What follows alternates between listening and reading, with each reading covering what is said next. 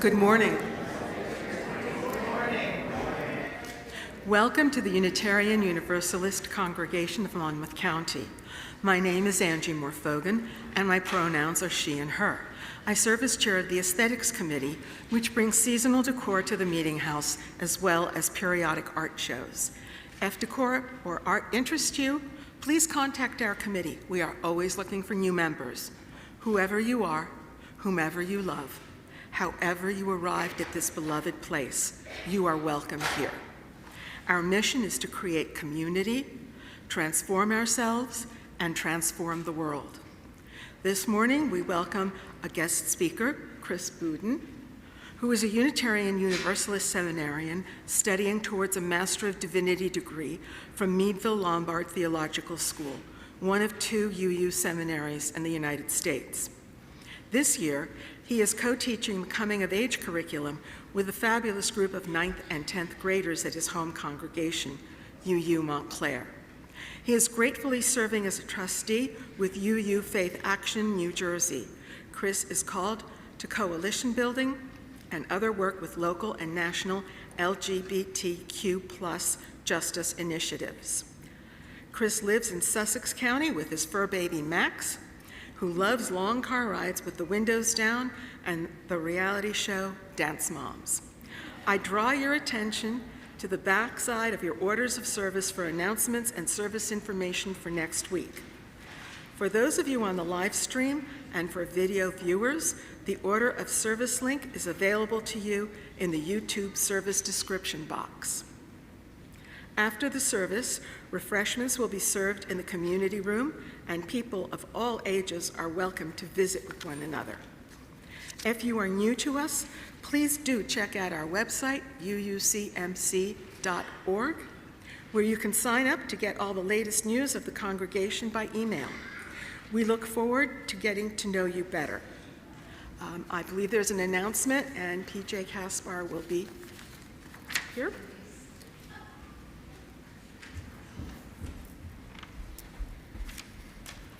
Good morning, everyone. My name's PJ, and this here's Tom. Spring is in the air, and it's an exciting time here at UUCMC. We're thrilled to share that the Encore fundraising cabaret, The Light Between, will be returning to UUCMC on Saturday, April 25th. Due to the generosity and commitment of our community, the first performance was sold out, and we would love to fill the room again to share in an evening of storytelling and connection. Tickets are available in the community room during coffee hour today for those interested in paying cash. You can also scan the QR code on the poster in the lobby. Please follow us on Instagram at The Light Between Cabaret and share this fundraising event with those who you think may enjoy it. Tickets will also be available today during coffee hour for another wonderful fundraising event happening Sunday, April 12th from 3 to 5 p.m., Stories from the Heart. Jan will be available in the community room selling tickets and answering any questions you may have about this heartwarming gathering. Thank you for all your love, spirit, and generous support. Thank you.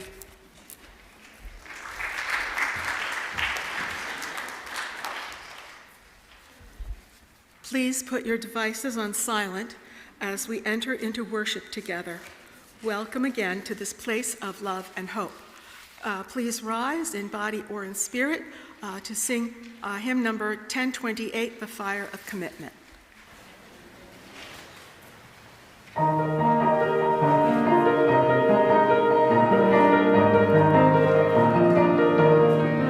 From the light of days remember burns a beacon bright and cool, building hands and hearts and spirits into faith set free from fear. When the fire of commitment sets our mind and soul ablaze, and our hunger and our passion seek to call us on our way. When we live with deep assurance of the flame that burns within, then our promise finds fulfillment and our future can begin.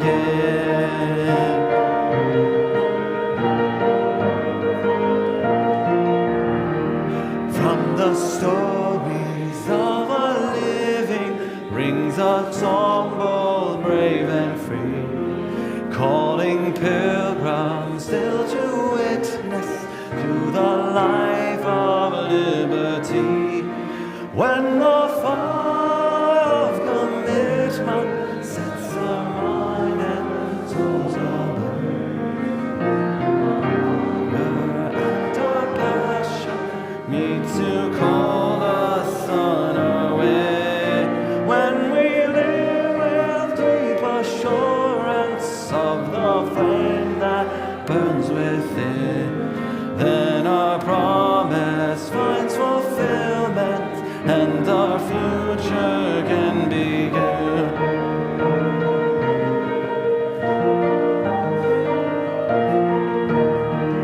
From the dreams of youthful vision comes a new prophetic thought, which demands a deeper justice built from our courageous joy. When the fire of commitment sets our mind and soul ablaze, when our hunger and our passion meet to call us on our way, when we live with deep assurance of the wine that burns within, then our moment finds fulfillment and our future can begin.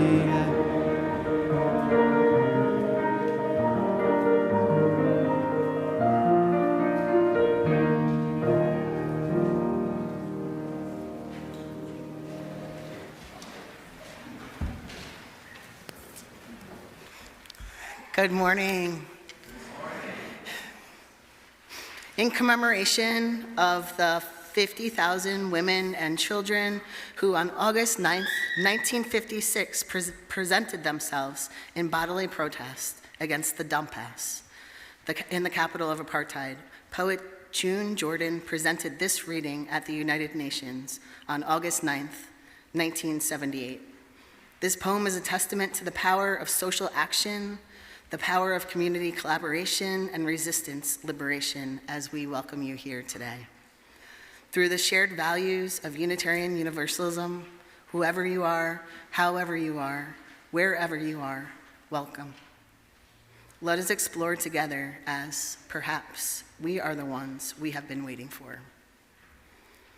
Our own shadows disappear as the feet of thousands, by the tens of thousands, pound the fallow land into new dust, that rising like a marvelous pollen will be fertile.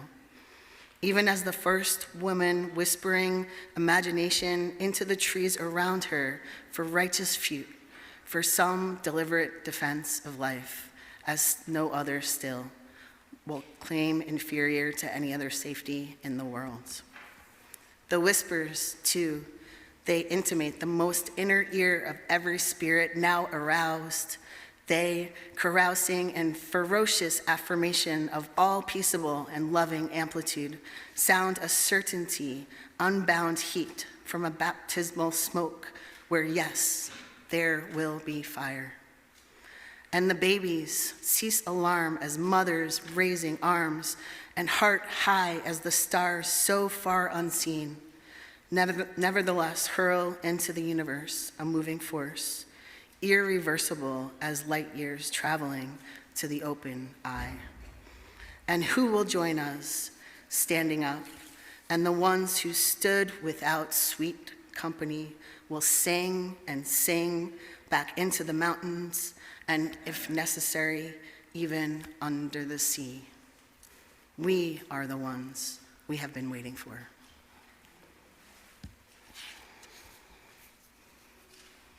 I'd like to thank those of you who are taking part in the 2 fundraisers that were mentioned earlier in the welcome, and invite you to come up and light the chalice with us. So please come up, PJ, Tom, Judy, Liz, Jan, and Liz. Thank you.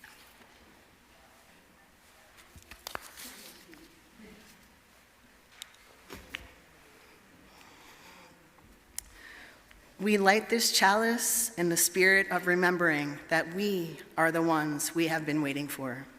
Not because we're sufficient, not because we are unbroken, but because love, the love that walks into the dark carrying fire, has chose to move through us, through our improbable gathering, through our journey down roads and beautiful scars, through our stubborn, aching, magnificent refusal to stop believing in each other. This flame is an act of faith, this community an act of resistance, this hour together an act of love. Come, let us worship together, let us grieve together, let us hope together. Thank you.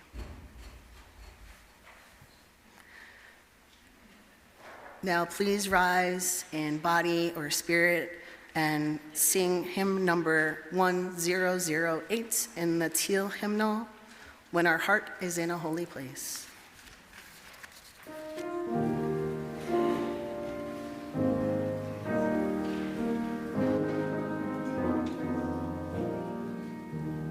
When our heart is in a holy place, when our heart is in a holy place, we are blessed with love and amazing grace.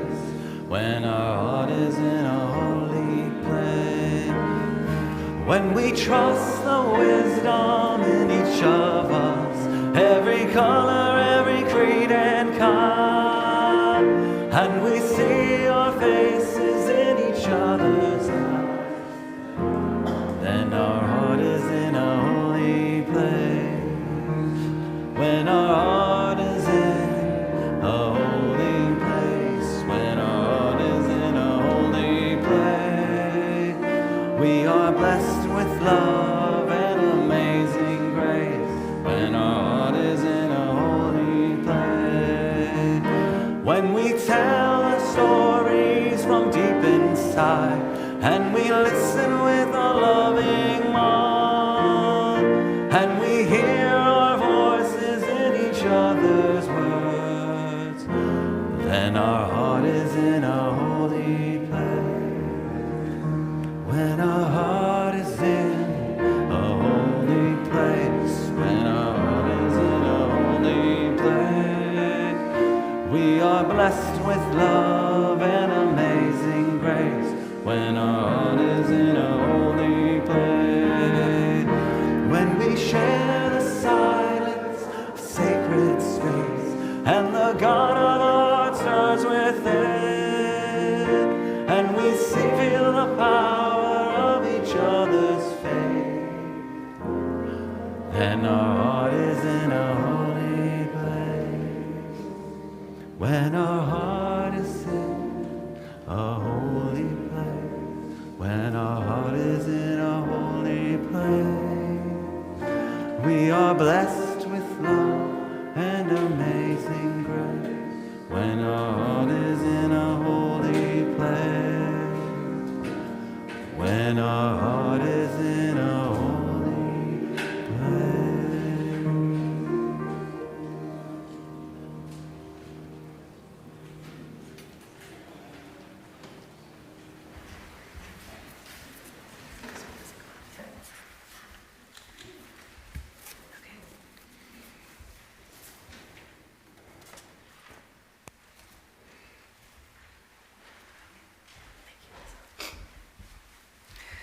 So next we have our time for all ages, and I was wondering if there's any youth that want to come up and sit on the steps, and we have a nice story we can share together.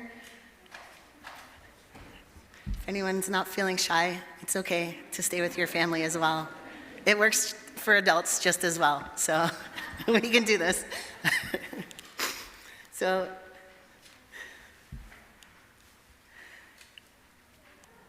all right, y'all welcome, come on up and just have a seat here.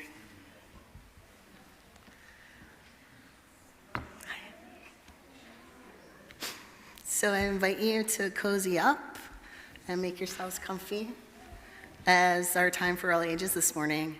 We're talking about bridge building. your practices, your actions, the things that keep you connected with other people. Our story will help us think about these connections in a deeper way. So once upon a time, there were two villages, the Sun Village and the Moon Village, and they were separated by a deep canyon. For a long time, both villages existed separately. Across the canyon, happily humming along, they knew that the other was there, but never had much chance to interact. Both villages were beautiful, with natural space to play and contemplate life's big questions. The people of the village, they helped their community when times were hard, cooking food, creating beautiful art and music, and playing with children, making forts, baking cookies, writing poetry. And one day, an earthquake hit the Sun Village and shook everything so badly, like things had turned upside down. The villagers were distraught. Streets buckled, water flooded in some places. They did their best to recover their homes, but they soon could tell they couldn't do it alone. So when the Moon Village heard the commotion and saw the destruction across the canyon, they felt heartbroken. What can we do? They said to each other.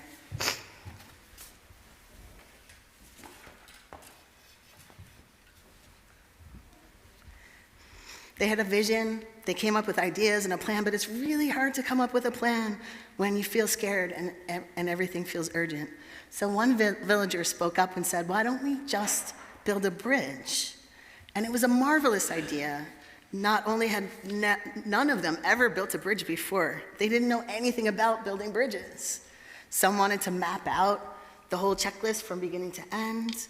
Some wanted a step-by-step checklist. Some wanted to talk to all the experts in the town and figure out the best villagers' input. And another villager piped up, and we have a lot of materials and thought, but we don't have a lot of time.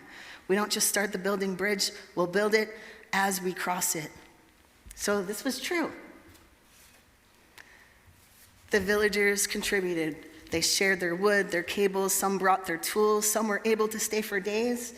And look at this, eventually, they collected enough relief to build a bridge, and it came together, and it wasn't always pretty, and they did try something, but it didn't always fit, and that was tough. But the builders made sure to move back and try again. And finally, the bridge was complete. And they found themselves joined together, soaking up the difference between the Sun Village and the Moon Village.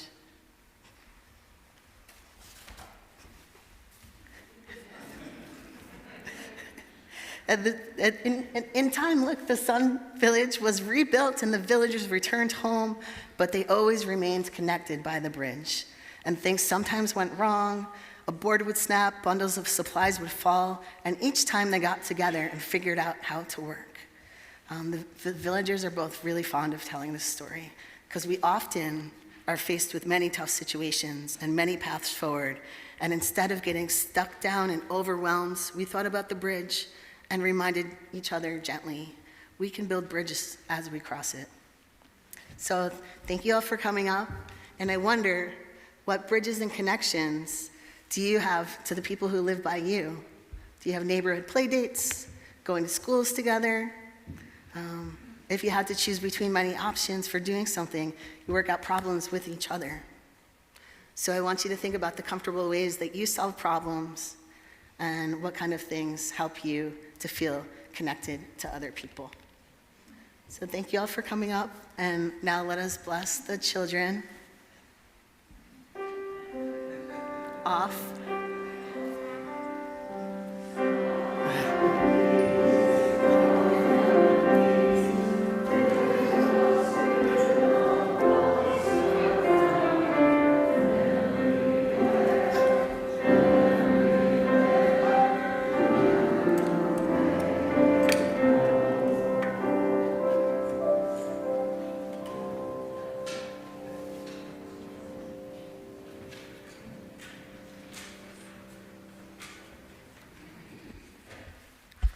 Hello, I'm Donna Ober, member of COCOM and part of the stewardship team. You have probably heard that UUC-MC is in the middle of its stewardship campaign, which is the time of year we ask congregants to reaffirm their commitment to this wellspring of hope and courage. We're now at 75 pledges, but we need another 52 to get us to where we are in the current year. We are getting closer to our target dollar amount for the budget. But to do all the wonderful things we all rely on in the congregation, we need everybody to step up. Thank you to those who have already pledged, and we hope you might consider increasing your giving to achieve the hope of paying our staff fair wages and covering increases in expenses. There are blue commitment forms on the table in the foyer. You can fill out one today and leave it in the mailbox in the foyer, or pledge using the QR code on the order of service. Now please welcome longtime member Anne Sherwood to give a testimonial to our most lasting source of hope and courage, each other. Good morning. Can you hear me okay? Okay. So I'm notorious for my voice dropping off. My husband and I started coming to UUCMC, which wasn't UUCMC at the time. I don't remember even what it was called. About 33 years ago, around the time that we were thinking about having children. And I was, as was fairly common in those days among people who came here to find a new spiritual home, I had been raised as a Catholic, and that had been an important part of my life, but I really did not want my children to experience some of the aspects of Catholicism that I had. So we came here, and the first time we visited, there was a baby dedication. And it was just such a moving experience. If you haven't been here for one, it's a celebration of the perfection of this new person and a commitment from the parents, family, and congregation to do everything we can to support and help that child grow. And I just, yeah, okay, I'm a Unitarian Universalist now. But and I have to say that coming here allowed me to become a better parent than I ever could have been without having this community. There are two other things that have had a huge impact on me. One is soon after I joined, I guess Daniel was two, it doesn't matter, but I took a class that was a curriculum developed by the UUA called Cakes for the Queen of Heaven. And it was an exploration of the feminine side of the divine. And it really helped me make my transition from being a Catholic, religious Catholic, to being a cultural Catholic. It helped me find a way to understand the history that I experienced in a new way that felt right for me. I'm still a member of Sister Circle, which came from being in that class. Unfortunately, I'm only one of two of now that Donna Kolaski has passed away, there are two of us who are from the original group, but we are still very much alive. For all this time, we have met once a week, every week, and we put on 8 rituals that are open to all women 8 times a year. We celebrate the solstices, the equinoxes, and the cross-quarter days. And that has given me a voice. You may be tired of the voice by the time I'm finished here, but we have explored all kinds of things, at the juncture between science and, I'll say, spirituality, for a lack of a better word. And the third thing, and perhaps the most important to me at this point, is I'm involved in the Social Justice Committee. I've been the chair of the Social Justice Committee. And the recognition that social justice is part of my spiritual practice has just transformed my life. And I hope everyone here will consider thinking about that for themselves. And now that I am someone of a certain age, I have decided that I am in charge of fun social justice projects.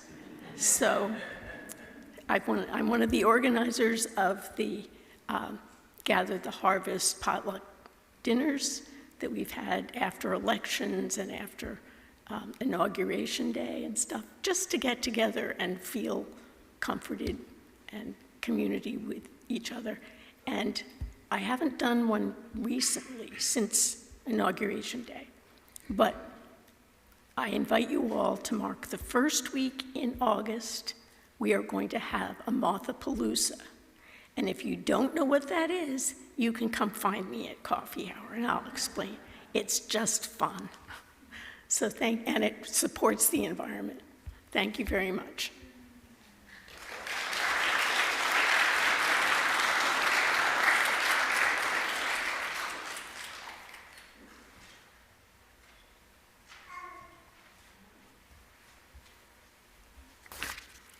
Every week in this congregation, we are provided with an opportunity to practice generosity. This is your invitation to contribute to the well-being of our congregation and to our social justice partners through the good works of organizations which receive half of the monies collected each month.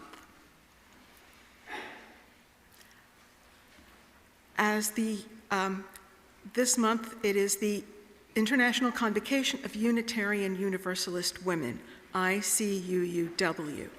As the U.S. government withdraws from United Nations entities involved in climate change, human rights, health, and peace building, the International Convocation of Unitarian Universalist Women, an NGO with consultative status, is the one UU organization consistently advocating for those issues that reflect our values at the UN.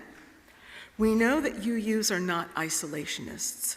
Honoring our global faith at the ICUUW also works with Unitarian Universalism and Unitarian churches around the world on projects that especially benefit women, their children, and their communities. Its latest project with the UU Church in Kenya is working with Maasai women on food sustainability. For more information, see www.icuuw.org. For those of you present here in the meeting house, the plates will be passed by the ushers. Online, instructions are located in the service description box. You may join this time of generosity via text, send your offering by mail, or charge your contribution online with a memo designating an amount to ICUUW. Please give generously.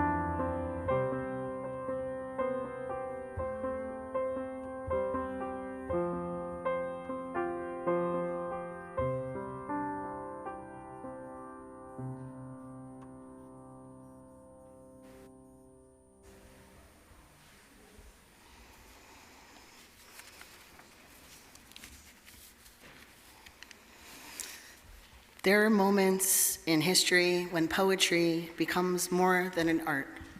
It becomes a sacred testimony. It becomes a liberatory map. It becomes a way of remembering who we are and the justice we are called to act upon. We welcomed in the service this morning with a poem from June Jordan, a poem for South African women, recited at the United Nations in 1978, created to commemorate almost 50,000 women and children who gathered together, risking bodily harm, sacrificing their own personal safety, protesting against Dumpas, a system created by the apartheid regime of South Africa in the 1950s and lasted through the mid-1980s. A system that restricted the movement of Black people in urban areas, creating a system of racialized segregation, leading to the harassment, arrest, and loss of employment of Black people. A symbol of the power of collective liberation. We are the ones that we have been waiting for. June Jordan prophesized it. 50,000 women standing in the capital of apartheid in South Africa, a city built on a lie that some lives matter more than others. They did not wait for permission. They did not wait for a savior. They stood up and they stood together. And what arose from that standing was irreversible. Transformation does not ask whether you are ready. It asks only whether you will rise.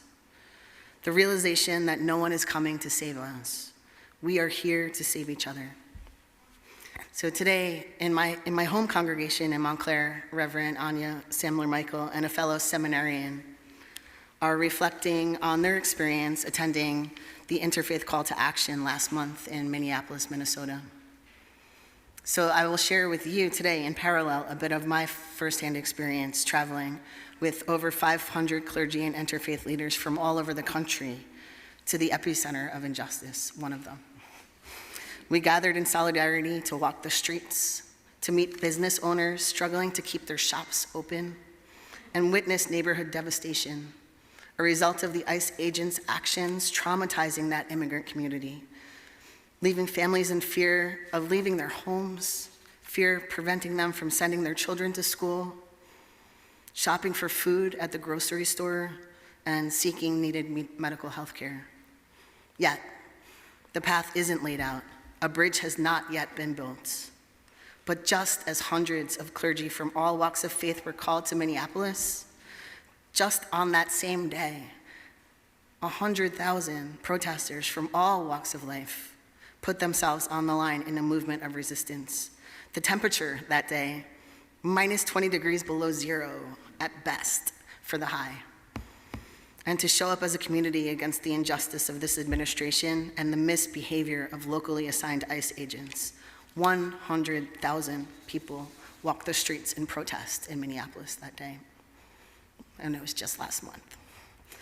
We were literally building the bridge as we walked across it, protesting the lie that some lives matter more than others. The tool of an oppressive government administration and the harmful policies that threaten our democracy. My calling to ministry, the reason I chose to study at a Unitarian Universalist seminary, is realized through community justice work and coalition building. In the work of our New Jersey UU congregations and organizations like UU Faith Action New Jersey. But I would not stop there. The more I learn, the more I witness, the more I pay attention, I recognize my spiritual journey may not be a road at all, but a bridge being built as I walk it. Just like in the Time for All Ages story with the sun and the moon village separated by this deep canyon, and realize that to survive, they must care for each other. After an earthquake, when the villagers had the vision but no plan to support each other, they built the bridge together and learned the power of mutual aid through community action. I identify as a transgender person with deep empathy. I relate to the persecution of immigrant communities. I am assigned female at birth, living almost 40 years presenting as a woman, having being socialized as a girl and then a young woman before coming out and living my authentic truth. As a masculine presenting, non-binary, transgender human being, basically what you see here today. I'm also a military veteran who has been shunned from my honorable service to this country because of my gender identity. I know what it feels like to be targeted, harassed, fearing for my safety, and continuously diminished by both culture and policy. And I want to say this clearly, at least for now, as a transgender person, I have the right to exist, and I always will, because my existence is not a question, it's a truth that grieves, a truth that leads, a truth that loves. I am deeply, deeply grateful for friends and allies of the trans community that show up when I am not able, too tired, or have honestly lost hope, but I would not stop there. So this year at my home congregation, I am teaching our coming of age curriculum to our 9th and 10th graders. We focus on the concept of a hero's journey and faith formation, the spiritual grounding work of social justice and social action as a core competency to Unitarian Universalism. Now, this past week, our lesson plan called for a panel of social justice leaders from the environmental, reproductive, and immigrant justice groups. And each of these respective leaders tells the story of Unitarian Universalists and how we live into our shared values of justice, equity, transformation, pluralism, interdependence, and generosity with love at the center. So we teach our kids how UU values create the skeletal infrastructure, framing a moral imperative for meaningful social justice work.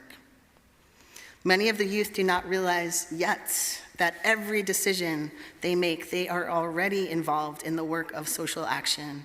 For me, this lesson also applies to us as adults and the work of social education as a lifelong theological process in faith formation. But I would not stop there. Everything we touch touches infinite other things. So somewhere this morning, a child sleeps on concrete. Somewhere this morning, a family is separated by a line drawn in the earth. Somewhere this morning, someone is told their body, their love, their very existence is not welcome here. So when I speak with the kids about the sacred act of social witness, social education, social service, social action, we frame an embodied, collective, and interdependent resistance, yet risk our self-embodied protest because rising up together is affirming action. We listen closely to the historical echoes of communal courage and refuse to accept institutional dehumanization policies related directly to social justice work. Reframing movement resistance not as an act of opposition and destruction, but generative and life-moving, a force as irreversible as light. We are the ones we have been waiting for. An assertion that liberation is self-generated, not a process granted or given by authorities. Transformation does not ask whether you are ready. It asks only whether or not you will rise. Communities, we must protect one another. Change comes from grassroots organizing. People targeted by oppressive systems are often the leaders resisting it. And I know I feel like I'm preaching to the choir, but I'm not. But I would not stop there. Coalition building, it's not easy. It asks us to stretch, to listen, to relinquish the illusion that our own community's liberation can be achieved alone. It asks us to venture into the process of discovery that has not yet been and sit in that uncomfortability.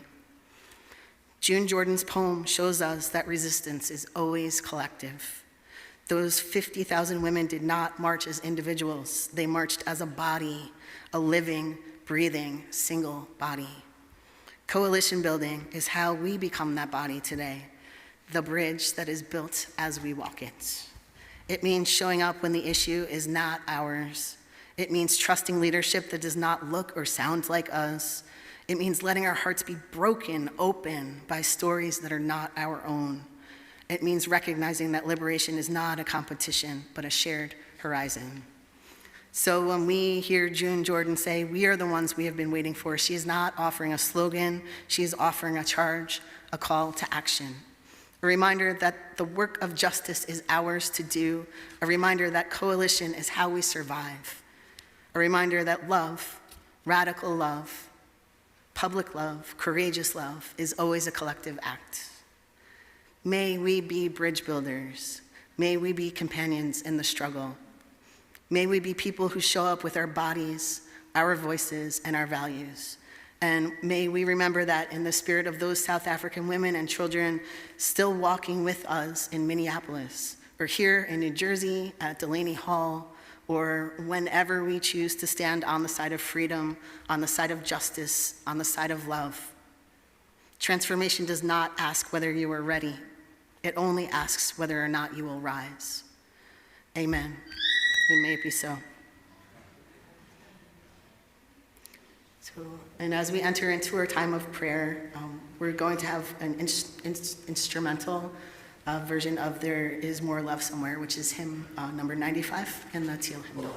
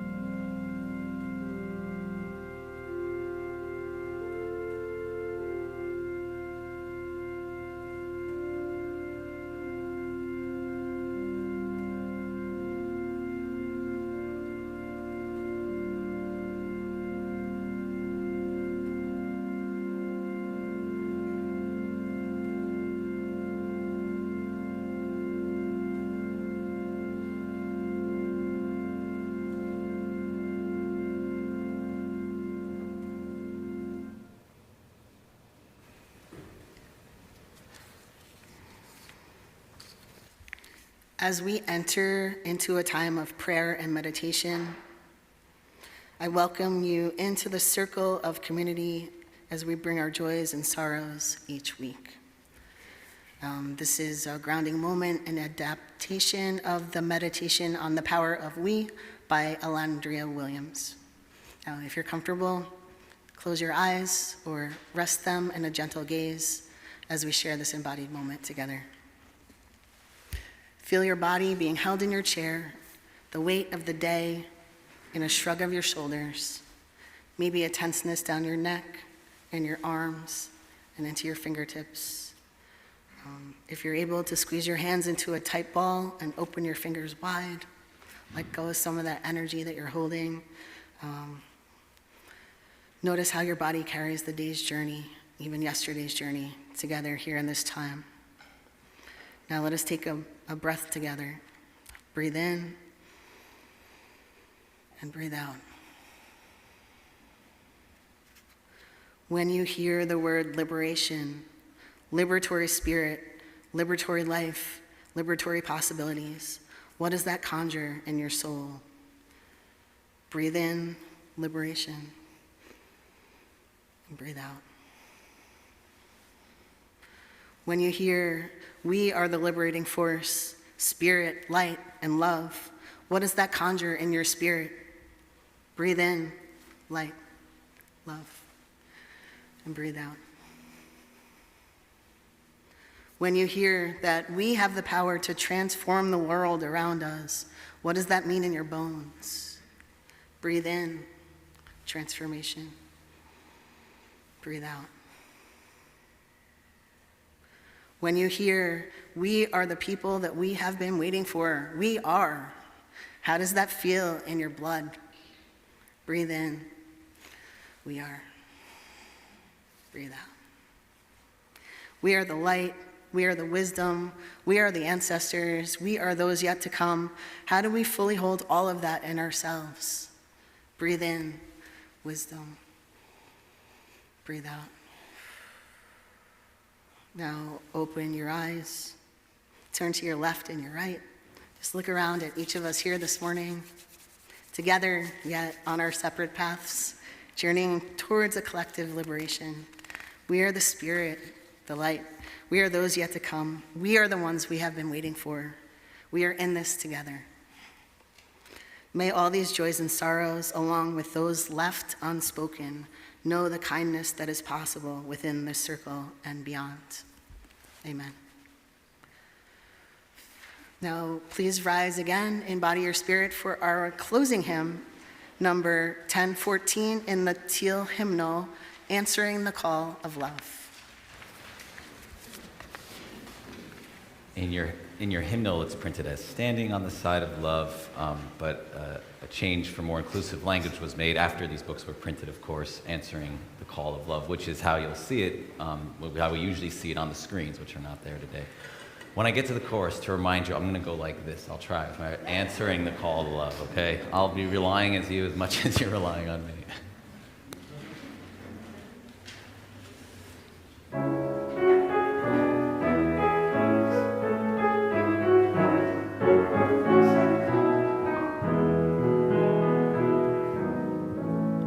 The promise of the Spirit,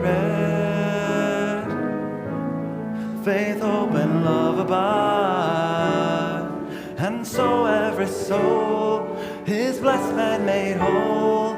The truth in our hearts is our God. We are answering the call of love. Hands joined together as hearts beat as one. Emboldened by faith, we dare to proclaim we are answering the call of love. Sometimes we build a barrier to keep love tightly bound, corrupted by fear, unwilling to hear, denying the beauty we found. We are answering the call of love. Hands joined together as hearts beat as one. Emboldened by faith, we dare to proclaim we are answering the call of love. A bright new day is dawning, when love will not divide. Reflections of grace in every embrace, fulfilling the vision divine. We are answering the call of love. Hands joined together as hearts beat as one, emboldened by faith, we dare to proclaim we are answering the call of love. We are answering the call.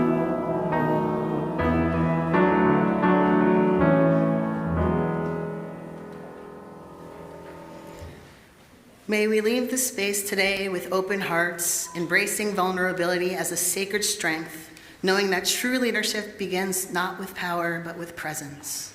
Go gently, go boldly, go as you are, for the strength of the soul is not in its armor, but in its willingness to be touched. And may the path you forge rise to meet the earth in new and beautiful ways, where compassion flows freely, the tenderness to build bridges with love as your legacy.